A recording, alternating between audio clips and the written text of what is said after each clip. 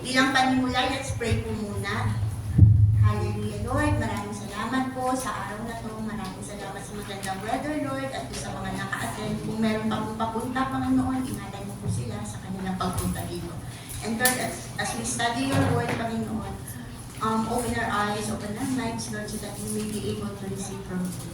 Use me, Lord, as your vessel, Lord, kung ano man yung words na gusto mong marinig namin. Lord, maraming salamat. We glorify in our study. In Jesus' name we pray. Amen. Amen. So, for today po, ang pag-uusapan natin is patungkol sa ating Panginoon, syempre. Yung kanyang attribute po, which is, God is enough. So, sabi ko, the last and greatest lesson that the soul has to learn is the fact that God and God alone is enough for all our needs. God is enough. Diba yun naman yung laging sinasabi? God is enough. The last and greatest lesson we must learn is the total sufficiency of God and God alone. It is last because it signifies that we have made the paramount decision to acknowledge and trust God for who He is. He is the supreme, everlasting, almighty God of the universe. We can thereafter rest in the power and care of our sovereign God, who graciously and wisely gives us all things that we need. It is the greatest lesson because our hearts are restless and our souls are incomplete without the one who created us. So dun sa isang book na nabasa ko, it addresses the Lord as the uncreated one, making all things out of nothing. So, diba dun sa creation naman nakita natin kung paano nilalang ng Panginoon ang mundo, diba? Wala naman talaga, kasi tayo minsan nagre-create tayo, pero may gamit tayo. Pero yung Panginoon lang yung kayang mag-create ng something na sa pamamagitan lang ng salita niya. Diba po? So, ganun ka-powerful. Dun pa lang makikita natin yung power talaga ng Panginoon.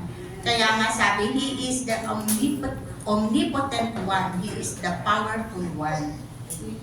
So, sabi po sa Psalms 89 verses 5 to 8, so sabi po, the heavens praise your wonders, Lord, your faithfulness too. In the assembly of the holy ones, for who in the skies above can compare with the Lord? Who is like Lord among the heavenly beings? In the council of the lowly one, God is greatly feared. He is more awesome than all who surround Him. Who is like you, Lord God Almighty? You, Lord, are mighty, and your faithfulness surround you. So, dun sa verse na yun, makikita natin na talagang He is the Almighty One. So, He is the Almighty. Pag sinabing Almighty, so, ano yung papasok sa isip natin, diba? Na parang talagang siya lang, wala namang iba, diba po? Na ganun talaga ka-powerful. There is none like Him, sabi nga po, diba? So, sa Psalms 108 verse 19 naman po, the Lord has established His throne in heaven, and His kingdom takes over all. He is the supreme. Dito natin makikita na He is the supreme ruler of the creation. He is the sovereign. Laging sinasabi, diba? God is in control. He is sovereign, diba? Sa lahat naman ng mga nangyayari sa mundo, lahat pa rin is nanggaling sa Panginoon. So Isaiah 44 verses 6 to 8, this is what the Lord says. Israel's King and Redeemer, the Lord Almighty, I am the first and I am the last. Apart from me, there is no God. Who then is like me? Let him proclaim it. Let him declare and lay out before me what he has. What has happened since I established my ancient people, and what is yet to come. Yes, let him foretell what will come. Do not tremble, do not be afraid. Did I not proclaim this and foretell it long ago? You are my witnesses. Is there any God besides me? No, there is no other God. I know not one. So dito sinasabi talaga, He is the first and the last. So siya lang, siya yung nag-create, hanggang sa huli, siya pa rin ang Diyos. Walang iba. So He is the King, the Redeemer, the Eternal One. Yun nga, the first and the last, the Alpha and Omega. Siya lang yung talagang Diyos. Wala namang iba. Hindi katulad ng mga ibang religion, diba? Ang dami nilang Diyos. So, tayo, isa lang ang Diyos namin. Diba? Hindi katulad nila na pag hindi pwede dito, may ibang Diyos pa silang tatawagin. Diba? Ang sarap ng feeling na isa lang yung tatawagan mo. Diba? Hindi yung kung sino-sino. Pag busy ba si ganito, dito ka sa isang God na to, diba yung gano'n. Pero tayo, hindi. Dahil isa lang ang God sa atin. So, dito sa mga verses na binanggit ko, makikita talaga natin yung God's supremacy, yung sa mga verses na napag-aralan natin. It is God's power as creator of everything in the universe that first and foremost establishes His claim to be the only God. No one else can perform this act of creation. No one else can make something out of nothing. Sa Revelations 4:11, it tells us that it was for God's pleasure that He created all things, and His last and most noble act of creation was man and woman, made in His own image. So makikita natin sa Genesis chapter 1 and 2, yung God's creation. So diba na, pag binasa natin doon, sabi doon, God created man in His own image and likeness. God gave mankind dominion over the earth. God's command is for man to be fruitful and multiply and fill the earth. Meaning, yung create niya yung man to oversee yung creation ni God. God gave us free will when He gave the command of every tree in the garden you may eat except the tree of knowledge of good and evil. And sa Genesis din, doon natin makikita that God saw man's need for companion, a helper, and an equal. Yun yung create niya yung woman. So dito as a creator, makikita natin na alam ng Panginoon kung ano talaga yung mga pangangailangan natin. Na before niyang create tayo na human beings, nilikha muna niya lahat ng kailangan natin. Diba? Yung light, yung water, yung mga plants, yung mga animals, yun muna yung inuna niya kasi alam niya na ito yung mga kailangan natin para mabuhay tayo. So, minsan tayo sa buhay natin, ano ba yung mga pangangailangan natin? Tayo nga minsan hindi natin alam kung ano yung need natin. Pero si God, alam na alam niya. Kaya nga, diba si Adam, hindi naman niya hiningi si Eve, hiningi ba niya, Lord, bigyan mo ako ng asawa? Diba hindi naman? So si Lord yung nakakita kung ano yung pangangailangan ni Adan. Sabi nga niya, it is not good for man to be alone. So nakita niya yun. So be assured na tayo, alam ng Panginoon lahat ng mga pangangailangan natin. Na minsan hindi naman natin kailangan sabihin or minsan hindi natin alam na ito pala yung need natin. Pag dumating na, ay oo nga Lord, kailangan ko to. Thank you Lord, diba? May mga ganun tayong moment. So ganun si God na hindi pa natin sinasabi, alam na niya kung ano yung need natin. At madalas, andiyan na yung provision, nag-aantay na para sa atin. Sa Isaiah 55 verses 1 to 3, sabi dito, come all you who are thirsty, come to the waters, and you who have no money, come buy and eat. Come buy wine and milk without money and without cost. Why spend money on what is not bread, and not labor on what does not satisfy? Listen to me, and eat on what is good, and you will delight in the riches of faith. Give ear and come to me. Listen that you may live. I will make an everlasting covenant with you, my faithful love promised to David. So dito pinapakita lang ng Panginoon na siya yung nagpro-provide, nagbibigay, hindi natin kailangang bayaran yung Panginoon. Diba, Lord, may 10 piso ako dito, pwede bang bigyan mo ako ng makakain ko ngayon?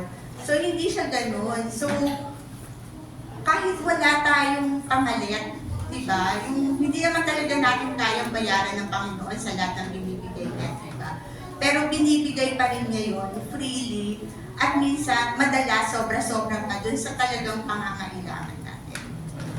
Sa Matthew 11 verses 28 to 30, "Come to me, all you who are weary and burdened, and I will give you rest.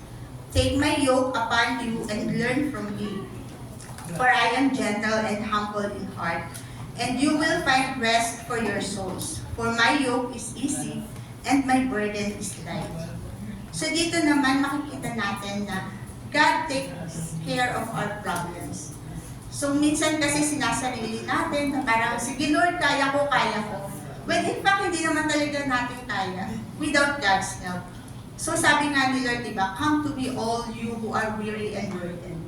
So kailangan lang talaga natin i-surrender sa Panginoon kung ano man yung mga pinagdadaanan natin, yung problema natin, and God will be with us. Yun naman yung sabi niya sa mga promises niya, diba? Sabi nga, He wants to free us from our problems.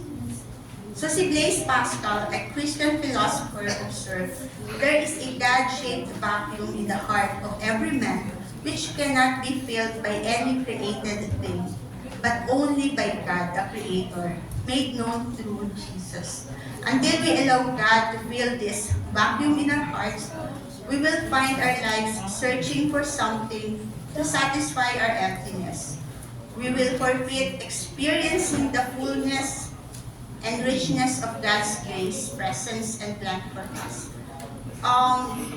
May kakilala ko na sobrang fulfilled, yung pagsasabihin mo yung career niya, pa-travel na lang siya. Parang lahat kaya na niyang bilhin, kaya niyang masustain yung sarili niya. And yet, hindi siya masaya. So may emptiness sa puso niya. Na parang sabi niya, pag sa gabi, matutulog na siya, parang ang lungkot, na parang sobrang nagpapagod siya, pero para saan ba yung pinagpapaguran niya? Kasi wala na yung parents niya, tapos wala rin naman siyang family, wala siyang asawa, wala siyang anak. Pero pagod na pagod siya sa pagtatrabaho, na para saan? So lahat ng pinaghihirapan natin, kung hindi naman kasi minsan yung walang purpose, nakakapagod, di ba po?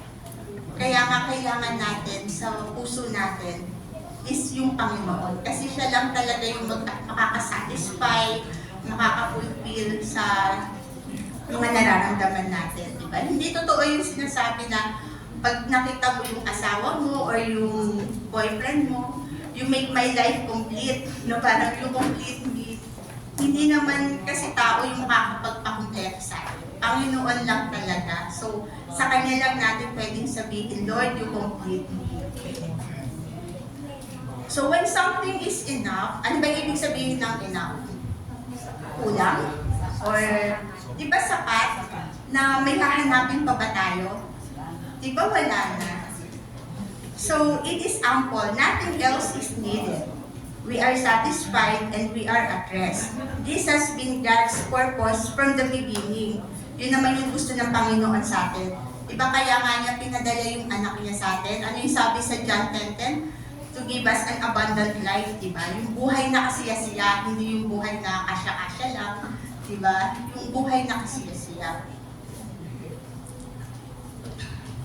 Yet God in His sovereign and goodness gave His children freedom to choose. This is what Eve, so makikita natin na yung buhay ni Eve. Diba nung create sila ni God, si Adam and Eve, may kulang ba sa kanila, diba? God provided for everything. Wala silang kailangan, diba? So parang nagmamanage lang sila, diba? Sila nga ng buhay nila. And yet, na-deceive si Eve, diba? Nung serpent. So makikita natin doon, bakit naghangad pa siya? Diba? Nasa kanya naman lahat. Pero si Paul, as Apostle Paul, diba? Nung nakilala niya yung Panginoon, ano yung sabi niya? Nung makilala niya ang Panginoon, "I consider everything garbage." So iniwan niya yung makamundo. Talagang nag-focus na lang siya sa pagsiserve sa Panginoon dun sa ministry. Kasi para sa kanya, lahat ng nandito sa mundo, garbage lang. So yung contrast ng dalawa, diba, makikita natin na si Eva, nasa kanya yung lahat, and yet, hindi siya nasatisfy.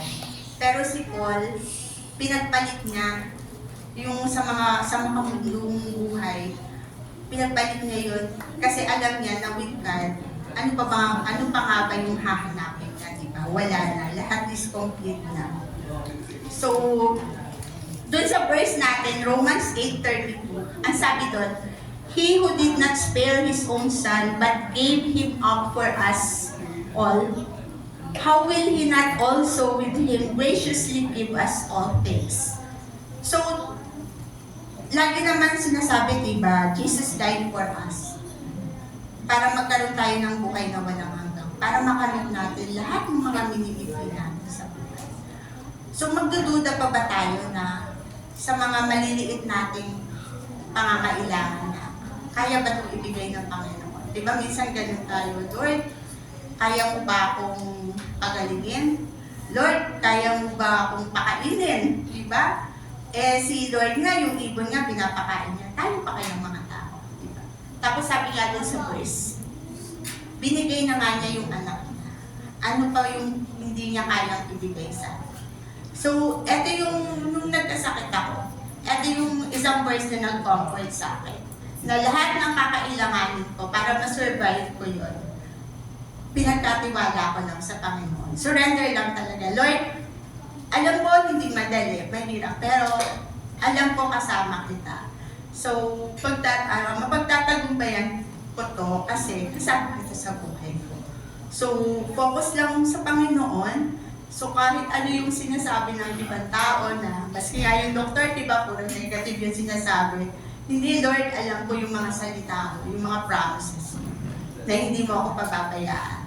So, yun yung pinangawakan natin. Kasi alam namin, sabi nga, God is enough. Ano pa yung kailangan natin? So, in closing, tayo po yung manalangin.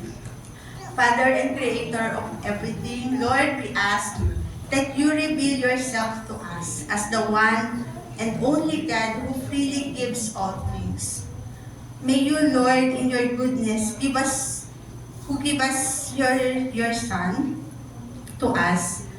Lord, we lift up to you our hearts that it will become more and more alert to the desires to get our attention para ma-reveal mo yung sarili mo sa amin, Panginoon.